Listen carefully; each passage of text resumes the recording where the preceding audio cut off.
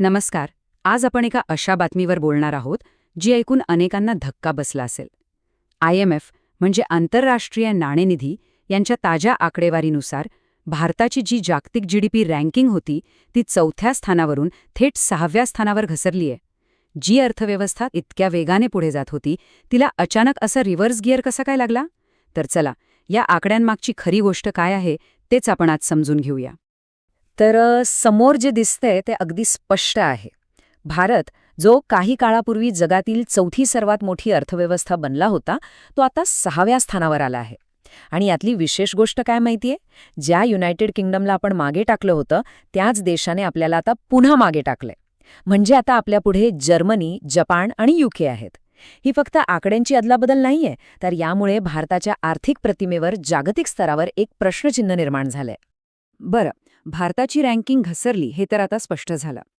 पण या घसरणीच्या कारणांमध्ये शिरण्याआधी एक अगदी बेसिक पण महत्त्वाचा प्रश्न आपल्याला समजून घ्यावा लागेल.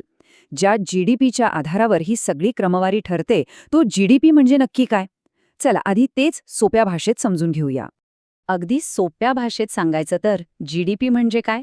तर एका वर्षात देशाच्या हद्दीत जेवढ्या काही वस्तू बनतात आणि जेवढ्या काही सेवा दिल्या जातात त्या सगळ्यांची एकूण किंमत.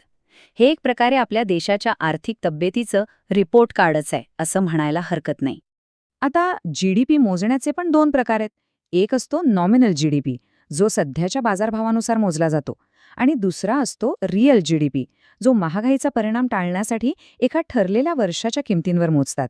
पण जी आंतरराष्ट्रीय रँकिंग आपण बघतोय ती ठरवताना बहुतेक वेळा नॉमिनल GDPचाच वापर होतो, आणि तोही अमेरिकन डॉलर्समध्ये.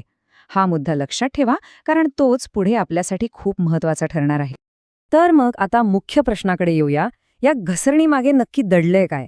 खरं तर यामागे 2 मोठी कारणं आहेत. आणि त्यातलं पहिलं कारण हे पूर्णपणे तांत्रिक आहे.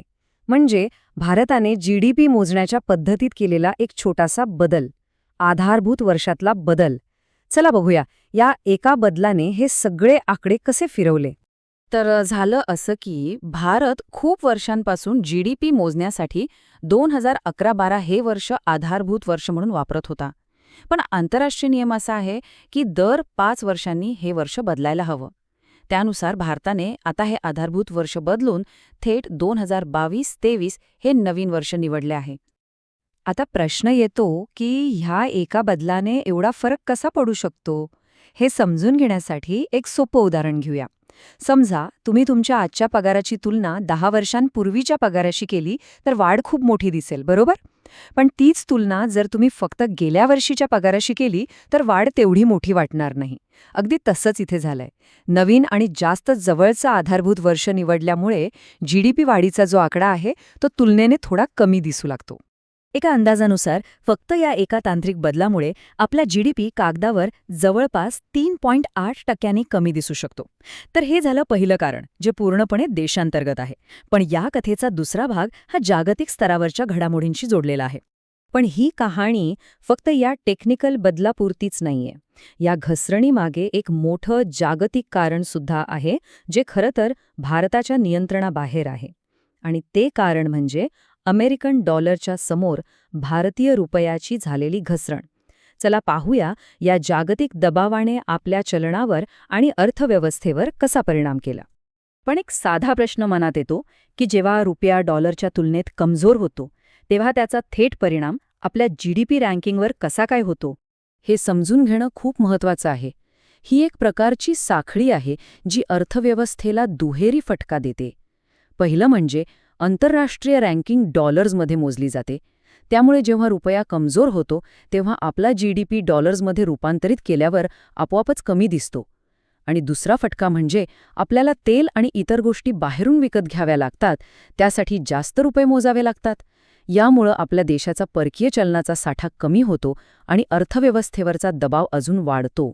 आणि रुपयाच्या या घसरणीमागे युरोपात सुरू असलेलं युद्ध हे खूप मोठं कारण आहे. तज्ज्ञांनी तर असाही अंदाज वर्तवला होता की जर हा संघर्ष आणखी वाढला तर रुपया डॉलरच्या तुलनेत 97 ते 100 पर्यंत सुद्धा घसरू शकला असता. म्हणजे भारताच्या रँकिंगमधल्या या घसरणीमागे हे बाहेरचं कारण किती महत्त्वाचं आहे हे आपल्या लक्षात येते. तर आत्तापर्यंत आपण पाहिलं की एका तांत्रिक बदलामुळे आणि रुपयाच्या घसरणीमुळे आपली रँकिंग खाली आली. पण खरी गोष्ट किंवा म्हणा या कथेतील ट्विस्ट तर आत्ता आहे. कारण या वरवरच्या आकड्यांच्या पलीकडे जर आपण पाहिलं तर भारताच्या अर्थव्यवस्थेची एक वेगळीच आणि खूप सकारात्मक बाजू आपल्याला दिसते. आणि ही कहाणी आहे भारताच्या मूळ ताकदीची. आता हे आकडे बघा, हे खूप काही सांगून जातात. एकीकडे संपूर्ण जगाची अर्थव्यवस्था सरासरी फक्त 3.1% वाढतीये, तर दुसरीकडे भारतीय अर्थव्यवस्था तब्बल 6.5% दराने पुढे धावतीये. याचा सरळ अर्थ काय? तर जगात मंदीचं वातावरण असूनही भारताच्या विकासाचे इंजिन जगाच्या दुप्पट वेगाने चालतंय. आणि हे फक्त आपले आकडे नाहीत. खुद्द IMFच्या प्रमुख क्रिस्टलिना जॉर्जिव्हा यांनी सुद्धा ही गोष्ट मान्य केली आहे. त्यांचं म्हणणं आहे की भारताचा आर्थिक पाया म्हणजे इकॉनॉमिक फंडामेंटल्स इतके मजबूत आहेत की इतक्या कठीण परिस्थितीतही भारत हा विकासदर टिकवून आहे. म्हणजे थोडक्यात काय तर हे एकाच नाण्याच्या दोन बाजूंसारखं आहे. एका बाजूला रँकिंगमधली घसरण दिसते जी तांत्रिक बदल आणि जागतिक दबावामुळे झालीय. पण दुसऱ्या बाजूला विकासाची एक जबरदस्त कहाणी आहे जी भारताचा आर्थिक पाया किती मजबूत आहे हे दाखवून देते. तर ह्या सगळ्या चर्चेचा सार काय? तर ही जी रँकिंगमधली घसरण आहे ती भारताच्या अर्थव्यवस्थेची हार नाहीये. उलट जागतिक आव्हानांना तोंड देत तांत्रिक बदल स्वीकारत पाय रोवून उभं राहण्याची ही एक गोष्ट आहे. हे चित्र तात्पुरतं असू शकतं, पण भारताची जी मूळ ताकद आहे ती पाहता परिस्थिती सुधारल्यावर भारत पुन्हा झेप घेईल यात शंका नाही. आणि जाता जाता एक प्रश्न की कोणत्याही देशाच्या अर्थव्यवस्थेची खरी ताकद मोजण्यासाठी फक्त रँकिंगमधलं स्थान महत्त्वाचं आहे की त्या अर्थव्यवस्थेच्या वाढीचा वेग जास्त महत्त्वाचा आहे? यावर विचार करायला हरकत नाही.